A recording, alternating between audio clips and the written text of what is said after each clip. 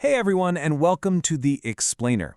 I'm your host, and today we are going to demystify what I like to call the alphabet soup of the Internet of Things, or IoT. Seriously, if you've ever looked into building an Arduino project, or maybe you've just wondered how in the world your smartwatch actually talks to your phone, you have probably drowned in acronyms. MQTT, CoAP, BLE, Zigbee, LoRaWAN, it's a lot, right? Well, let's dive right into this. Today, we're going to learn exactly how these IoT communication protocols power everything from a simple smart home setup all the way to massive industrial automation systems. Now, if you're a beginner or an engineering student joining us, don't worry at all. We have a very clear game plan today. We'll kick things off by decoding the IoT universe. Then we'll map out the IoT architecture layers. After that, we'll get into the specific tech, covering short-range protocols, long-range protocols, and application protocols, before wrapping the whole thing up with building your IoT system. All right, Section 1, decoding the IoT universe. To really understand these protocols, we first need to wrap our heads around the sheer scale of the environments they connect. Because as you'll see, not all smart devices live in the same world. So, what exactly is a communication protocol anyway? Well, think of it like the postal service, or maybe road traffic rules. If you want to send a letter, you need a mailing address, a zip code, and a stamp put in a very specific place so the post office knows what to do with it, right? IoT communication protocols do the exact same thing for your data. They are standardized rules. They ensure your smart devices, gateways, and cloud platforms know exactly how to talk to one another, format their data correctly, and guarantee that it actually arrives intact. And this brings us to why we have so many different sets of rules. We basically have to divide the IoT universe into consumer and industrial applications. Let's be real, if a smart light bulb in your living room briefly loses its Wi-Fi connection, it's just a minor annoyance. You flip a switch, it reconnects. That's consumer IoT. But if you're running a massive smart factory and a crucial safety sensor suddenly loses connection, yeah, that could delay production or cause a literal disaster. So industrial IoT demands rugged, always-on connectivity like 5G or LPWAN. Different projects absolutely demand entirely different communication standards.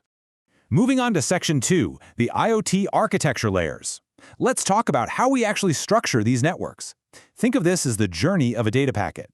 This gives us a great mental map of how data moves from a physical, real-world object all the way up to the cloud. Whenever you start feeling lost in all those acronyms we mentioned earlier, just take a breath and refer back to these three core buckets: perception, network, and application. Let's walk through those three fundamental steps. Step 1 is the perception layer. This is the hardware you probably already know and love. Imagine you're wiring a basic temperature sensor to an Arduino or an ESP32. It is literally perceiving the physical world.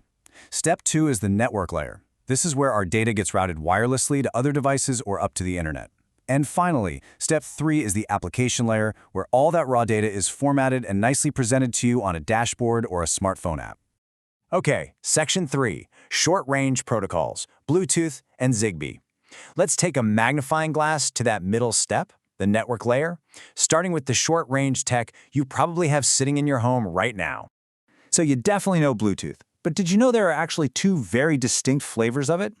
Classic Bluetooth, or basic rate, is what you use to stream high-bandwidth stuff, like music to your wireless headphones. But then we have Bluetooth Low Energy, or BLE. BLE is an absolute game-changer because it's optimized specifically for tiny IoT devices.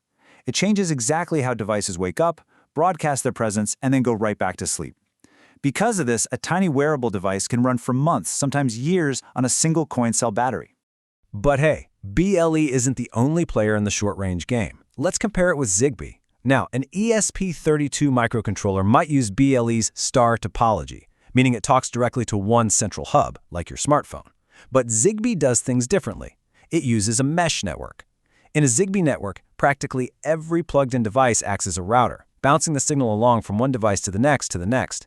This is absolutely perfect for smart home setups, like energy tracking or smart lighting, where you need a network that can stretch across your entire house without losing signal.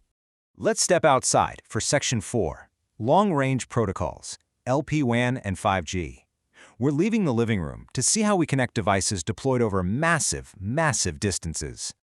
Enter 5G. You've heard the hype, but for the Internet of Things, 5G is a total game changer. It brings incredible benefits like lightning-fast data transfer, but the absolute biggest deal here is the lower latency. We are talking reaction times in milliseconds. If you have a massive industrial robot that needs to react instantly to a safety hazard or remote healthcare monitors dealing with critical vital signs, 5G's millimeter wave tech ensures that mission-critical data gets there without a single delay. But wait, what if you don't need instant blazing speed? What if you're deploying a soil moisture sensor out in the middle of a massive 500-acre smart farm? You definitely don't use 5G for that. It would drain the sensor's battery in no time. Instead, use LPWAN, which stands for Low Power Wide Area Networking. This includes protocols like LoRaWAN or NB-IoT. LPWAN totally sacrifices speed to give you massive range and extreme battery savings. It allows remote sensors to just send tiny little pings of data, letting them survive out in a field for years on just a single battery. All right, Section 5, Application Protocols, MQTT and CoAP. We've successfully crossed the network, and now we arrive at the very top of our architecture, the application layer, where the actual messaging happens. Let's look at one of the most famous IoT application protocols out there, MQTT. It uses what's called a publish-subscribe model. Let's go back to our post office analogy. Think of the message broker as the central post office. Your smart temperature sensor doesn't talk directly to your laptop. Instead, the sensor publishes its data to a specific topic at the broker. Then, your computer application subscribes to that topic. The broker routes the whole thing. This is brilliant because it means the sensor and the computer don't even need to be online at the exact same time. Now let's compare MQTT with its main rival, CoAP. While MQTT uses that post office broker model over a very reliable TCP connection, CoAP is designed for environments where even MQTT is just too heavy. CoAP uses a much more familiar client-server model with HTTP-like commands, things like get and put, but it runs over a lightweight UDP connection, which makes it incredibly streamlined for the absolute tiniest, most battery-constrained microcontrollers you can find. So, let's tie this whole shebang together. This high-level IoT protocol stack shows exactly how everything we've just learned stacks up.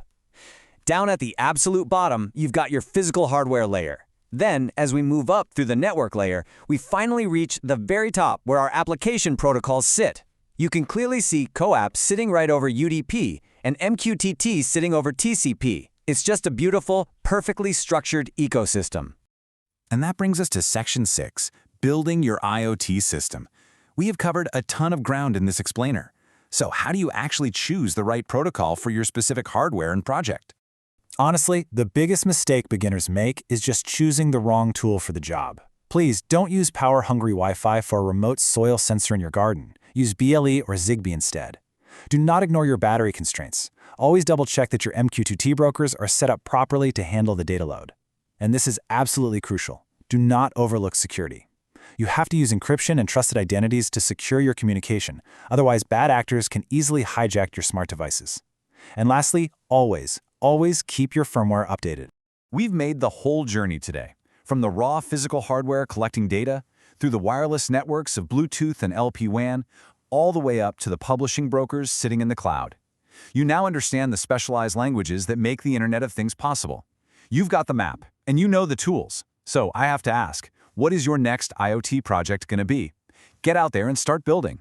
Thanks so much for joining me on this explainer.